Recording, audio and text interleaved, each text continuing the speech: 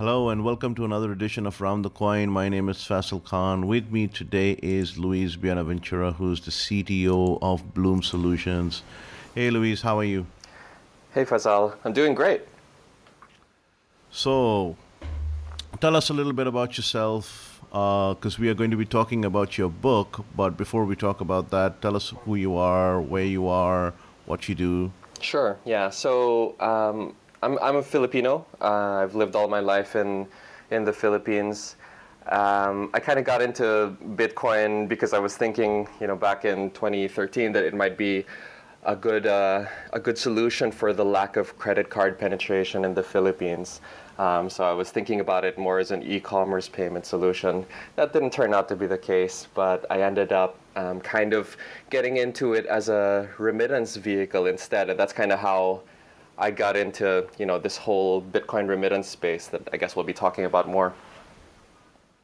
And what do you do? Where do you work? Bloom Solutions is my startup. I co-founded it with my friend and co-founder Israel Keys. He's Filipino Australian.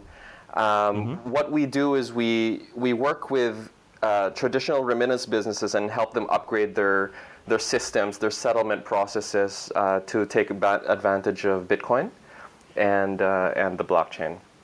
So ideally, these are businesses that already have customers, they've already got transactions, and we come in and we show them that using Bitcoin, you're able to realize some fairly significant FX gains.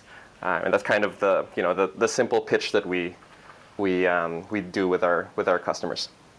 And do you sort of alter the last mile of the Bitcoin as far as customers are concerned, or are you using it purely for back-end rails? So we're using it mostly as back-end rails. The last mile challenge is something that we're definitely interested in tackling. I think that's maybe like a phase 2 for us. I think that the first phase is really kind of building up our network around the region.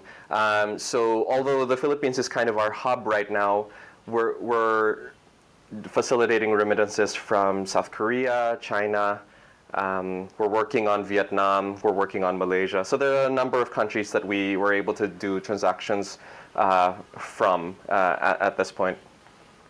Now, you do have a little bit of stardom with you because I do know that you started with a company called Ribbit, and they were perhaps one of the earliest players in the Bitcoin space as far as remittances are concerned, is it not?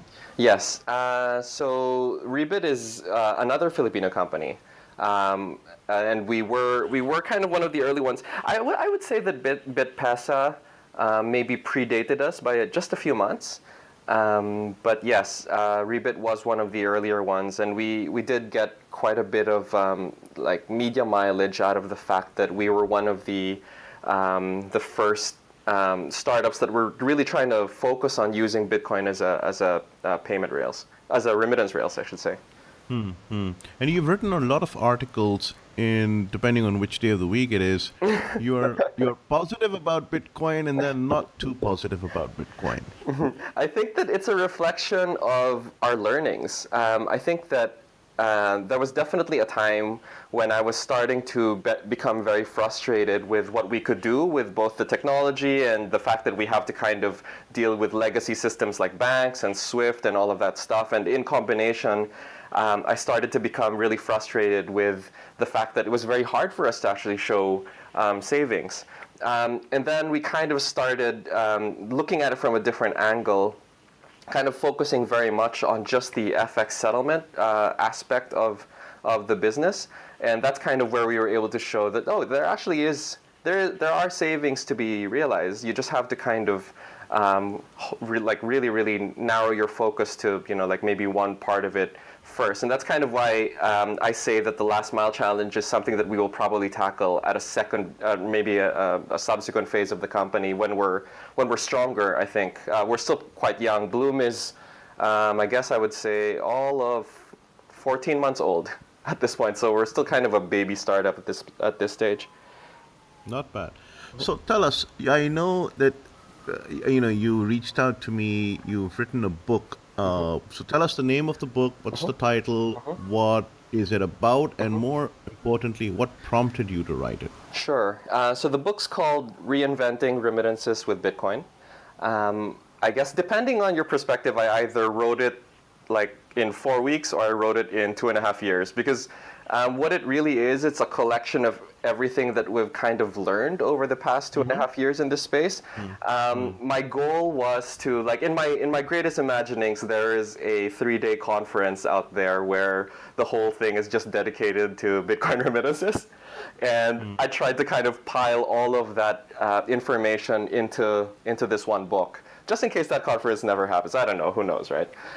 So the idea is that like the first few chapters are all about how a Bitcoin remittance business might work and how it will be able to show savings for its customers.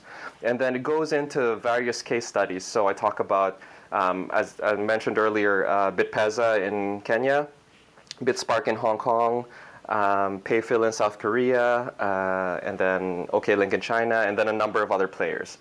So like I wanted to show as much of the current players in the industry as possible. Although I was very specific about the type of company I was adding. They needed to be kind of focused on personal remittances. There's a whole bunch of other companies that focus on B2B. Amongst them, folks like Align Commerce, which are good friends of ours, and CoinPip, which are also good friends of ours. But I kind of wanted to differentiate between those two because they tend to tackle different sets of issues. I guess, that's the fairest way I can say it. With personal remittances, you have to worry so much more about the last mile, and that's not the case with B2B. And but why the need to write a book on remittances, and that too for bitcoins? Isn't there plenty of material out, or was the goal just to amalgamate it in one place and then say, there you have it? Well, so there's a couple of different things, right? There's definitely a ton of books about Bitcoin, but they tend to be about Bitcoin Let's be technology. honest. All the books about Bitcoin suck. Well, The majority of them suck. They're okay for a couch reader who has no inkling. Those in the field who read them, that's a pretty much a universal conclusion when I'm having lunch with a lot of people, and we talk about some books in the Bitcoin space, and then sooner or later we'll admit it. It really sucks. Well, gosh, the last thing I'm going to do is disparage someone else's book right after I've released my own.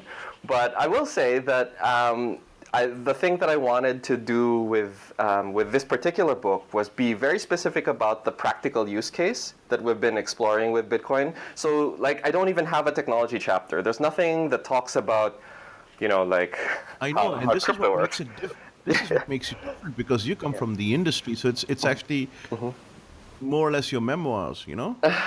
So Memoirs sounds a little, self-important, I guess. But what I really wanted to focus on was how we had learned to kind of use this technology that you may or may not believe in. If you're, I've got lots of people that I meet from the traditional remittance industry that kind of laugh at us whenever we talk about, using Bitcoin for money transfer. They don't really see the value of it. And I guess, having something tangible like a book versus a bunch of blog articles, there's a certain weight to it that gives it just a little bit more gravitas. And the goal was maybe, I'm sure that you get this problem maybe more than I do, where, you have all of these people who just kind of ask you, so what is it about Bitcoin? Is it, is there a way to use it for remittances? Well, here's a thing that you can finally show. So that's and I think it's fair to say that I've come across a pretty large portion of people from the traditional money transfer space who actually have a very shallow understanding of the entire concept of Bitcoin and value exchange on the internet. Yes. Directly without an intermediary. And it's because of that lack of that basic fundamental technology and understanding of the blockchain and Bitcoin, they sort of shoo it away. They don't understand it, and rather than seem ignorant about it, they'll act like nah, this is not it, and you don't know what you're talking about. Yeah, they're I've definitely felt that they've been dismissive of it. But that being said, I think that one of the ways to kind of maybe get their attention is to show them that there really is something here, right? It's not just a theoretical thing. And when there are tangible things like a book that you can show them, or say, a use case that has really strong traction, then it slowly changes people's minds. So that's kind of what I was aiming for here. In the grand scheme of things, this book is going to be a blip on the radar, but there are like all But of at these least you're small contributing, steps. Right. These small contributions do kind of move the whole thing forward, and that's what we're trying to go for here. So who's the target market? I mean, from my personal calculation, there are I don't know, between 7 and 9,000 MTOs worldwide. Is that the target market? I would love it if there was a way that I could get the book to them. That would be amazing. In the meantime, I'm distributing it to contacts that have already made in the traditional industry, and then I've been using it as a way to start conversations with small business owners who have remittance licenses, and they're just kind of they've just come around to the idea that, oh, maybe I can use Bitcoin to make my FX a little bit cheaper. So I've been using it for those purposes so far. If there was a way that I could actually get it in front of a lot of the traditional MTO industry, that would be amazing. And this is unlike a traditional book. It almost reads like I don't know, like a brochure. It's a very easy read, and it's very well done. Oh, And thank you. it's not like a 500-page book, right? So just so people know. How many pages is it in It's like a total? 70 page book. I think that was 70 all I pages. So could it's a really very get away easy with. read. Sure. It's a Yeah. very easy read, right? Yes. And the one thing I could help not notice is you've actually put out the book for free in the digital version. Is that correct? Yes. So the PDF is completely free. If you happen to need Dead Tree, the Dead Tree edition, that's going to cost you a little bit, but that's just to cover the printing costs. But yeah, the PDF is completely free. Again, it kind of goes back to my original goal. I'm not, this is more of a labor of love where, I'm just trying to get it out there and, get people to kind of maybe slowly change their minds about how this industry works. I swear to God, I've pitched to so many. This isn't just customers at this point. I've pitched our ideas to investors too, and no one seems really excited about it anymore. I think there was a moment back in 2014 when investors were very excited with the idea of Bitcoin as a remittance medium, but that's definitely kind of tapered off over the past 2.5 years. I think that trying to build up that excitement a little bit more would kind of just But give, it's good. yeah. Because I see you as an ambassador for, Bitcoin remittances, and, this book will certainly help close that knowledge gap between what is reality and what is theory. And it also serves as a perfect primer for people to read very quickly. I thoroughly enjoyed reading it, Oh, and, thank you so much. get a solid understanding of what the ecosystem is about. Would you be going on for lack of a better word, a book tour? I've been inviting myself to conferences. Is actually I think that's the version of that when you're like a fintech entrepreneur from an emerging market. You have to And kind now of an invite author. yourself. Not to Sure. forget, an author, huh? Yeah, yeah. But at the moment, it's mostly just trying to get apply for speaking engagements and conferences where it would be relevant. I think that's going to be my goal for 2017. I mean, I've managed to do a little bit of work for International Money Transfer Conference. I think you've also worked with them in the past. They've been great. They've always kind of. Which is Hugo Yeah. Perez Moore, who does the IMTC. Yes, exactly. Yeah, so they've been a great bunch, and they've always had Bitcoin Day in their 3-day conferences. So we always have an opportunity to talk about our progress in this space. I tell Hugo he's a dying breed. He's the only last champion that is forging forward in the money transfer space. Everything is now just so commercial. Not that I'm against it, but everything, specifically for money transfers, this is perhaps the only conference series that is really worth attending. And he also has wonderful taste in neckties. Oh yeah, I know. So, is there knowing that in the current year, 2017, we are starting to see a lot of regulation with respect to Bitcoin, states coming out with regulation claiming it as currency or e-currency. Mhm. UAE just released a report where they prohibited Bitcoin transactions from banks and so forth. Would do you see yourself perhaps doing an amendment to the book or appending Ooh, something later on in the year and yeah. talk about regulations that come out this year? Yeah, definitely. I mean, I really needed the book to be out early in the year because I wanted to spend 2017 kind of, promoting it and, kind of using it as a jump off point for, for just knowledge building around the industry. But Hmm. there's definitely going to be a second edition. It's probably going to be all about what happens this year. The Philippines has kind of been the focal point of a lot of this, mostly because there's more than a few of these types of startups here. And the central bank here is finally coming around to writing something. Granted, I don't know when that might be. I think 2017 is a safe bet that they will come up with something.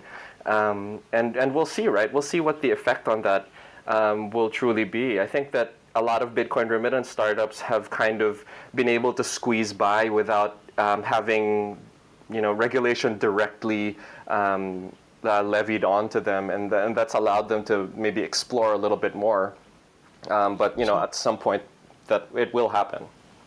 two questions. One stems from the fact that there is a lot of, I think, if the right word is an incorrect picture is painted, that just by using Bitcoin, you'll be able to save drastically Hmm. in markets like Philippines, which are extremely competitive markets. Mm-hmm. How much of a saving does switching onto Bitcoin for the end rails or let's say the back end rails? How much savings does it really offer? So I can answer that with specific corridors, and I can only really talk about the corridors where we have direct Sure, experience. sure. So like before this whole thing existed, the 60,000 Filipinos who were living in South Korea were being charged somewhere between 6 to 7% of the principal amount to send money back home to the Philippines. Hmm. So that's a fairly significant amount of money. So every $100 costs them somewhere between $6 and $7 to send, which is a lot by global standards. That puts it somewhere near African averages Yeah, almost. almost. Yeah. Yeah. So and then when we were able to kind of put this corridor together using Bitcoin as a settlement mechanism, they're paying somewhere between 2.8 and 3.3% now. So it's a So significant. half. Yeah, so half. So I mean that's a for someone who's kind of working on close to minimum wage, it's a sizable amount of money.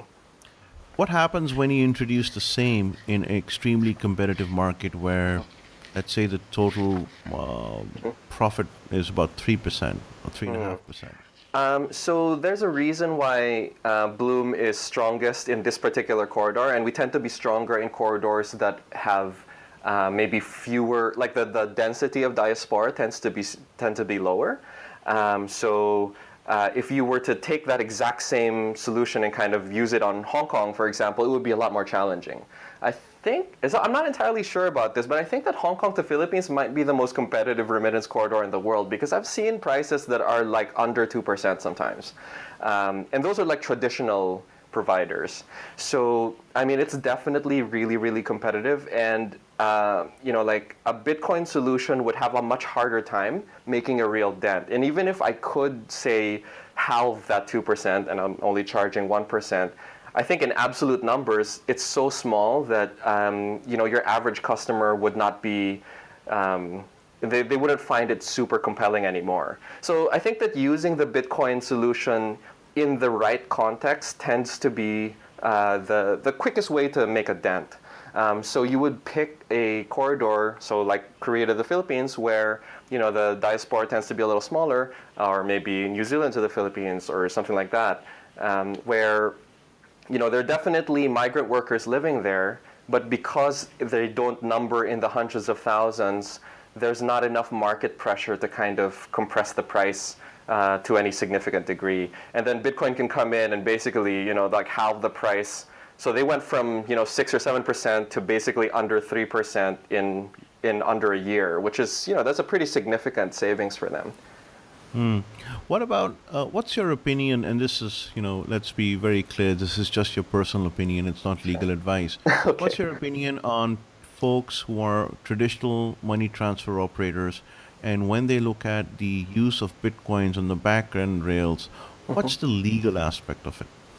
Um, so I guess this really depends on which countries we're talking about. I think that the bigger players like Western Union or MoneyGram are probably they're never going to touch Bitcoin to any significant degree because they're regulated in the U.S.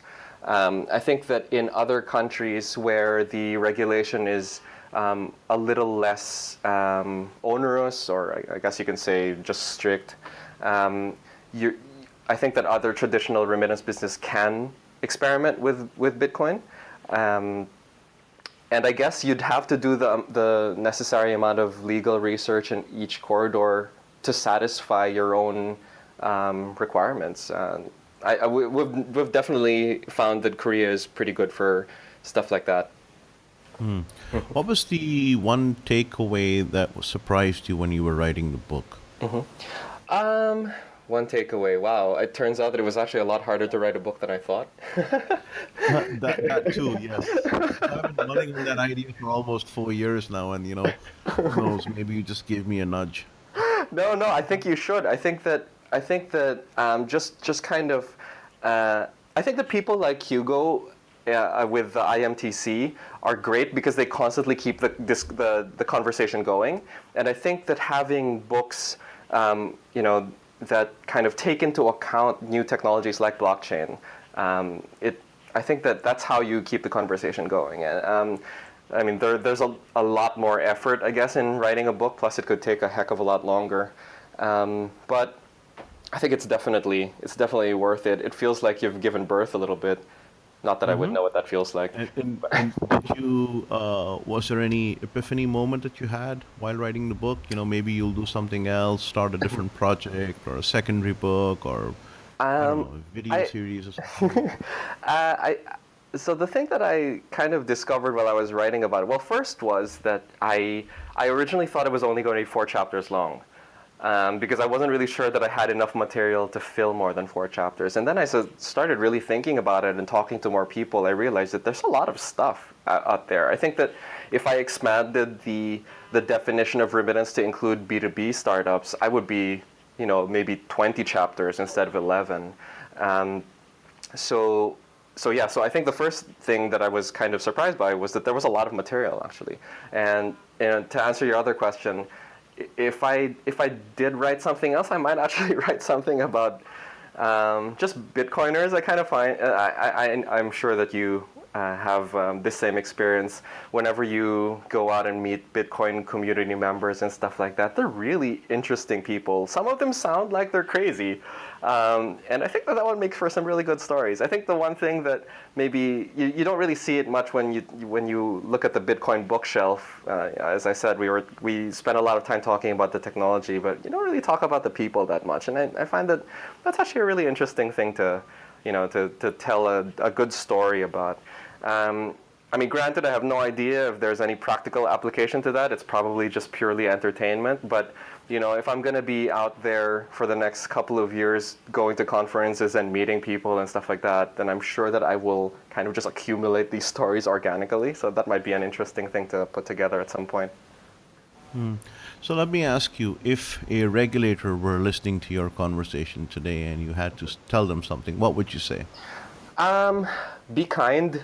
There's a way to regulate innovation where it doesn't stifle it, and I think that opening up conversations with the local community is the correct way to do it. Here in the Philippines, we have a thing called the Bitcoin Organization of the Philippines that's had on and off conversations with the central bank for a good 2 years now. So they know that we exist, and we hope at some point that when they sit down to actually put pen to paper, we will be some of the people that they will consult about this. Because, ultimately, we've got the same goals. Regulators are there to protect consumers, and we're there because we're trying to, compress the pricing, make customers, help customers save their money, kind of help them find more safe ways to move their money. So we're kind of all in the same side of the fence. It's just that sometimes it doesn't feel that way because of the way that regulation can be stifling if it's written the wrong way.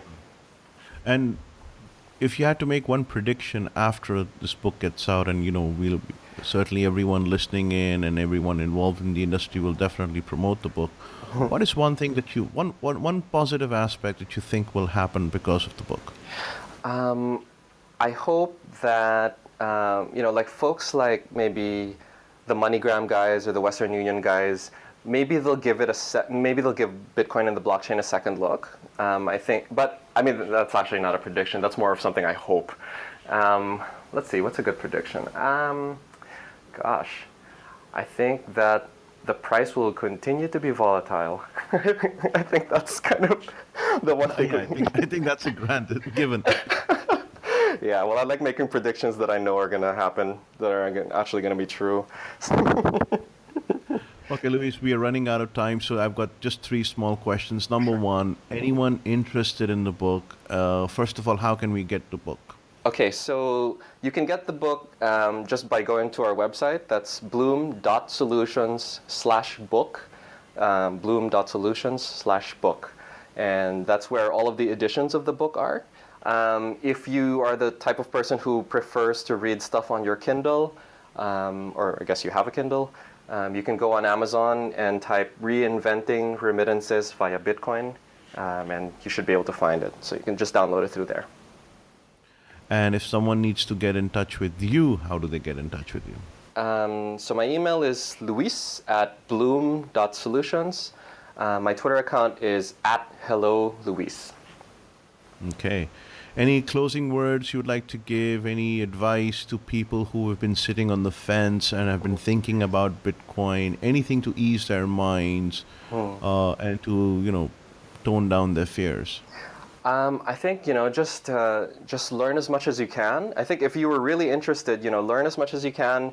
The book is a good starting point, but I think that what you really want to do is maybe use it as a jump-off point and then start digging deeply into your own local environment. I think that, folks like you, Faisal, and then folks like Yakov with SaveOnSend.com are really doing a lot more of the regular writing that the space really needs to basically keep that conversation going, right? And I think that there's a wealth of knowledge out there, and there's a lot of people who are actually really generous with their time, are very generous with sharing the knowledge that they have. I think that anyone who's interested should just give it a shot. Do your research, talk to people, and then give it a shot, because it's all out there. Luis, you've been a great guest to have. Wish you all the success for the book, and I'll include all the relevant information as to from where the book can be downloaded in our show notes. Thank you very much for coming here. Thanks so much, Faisal.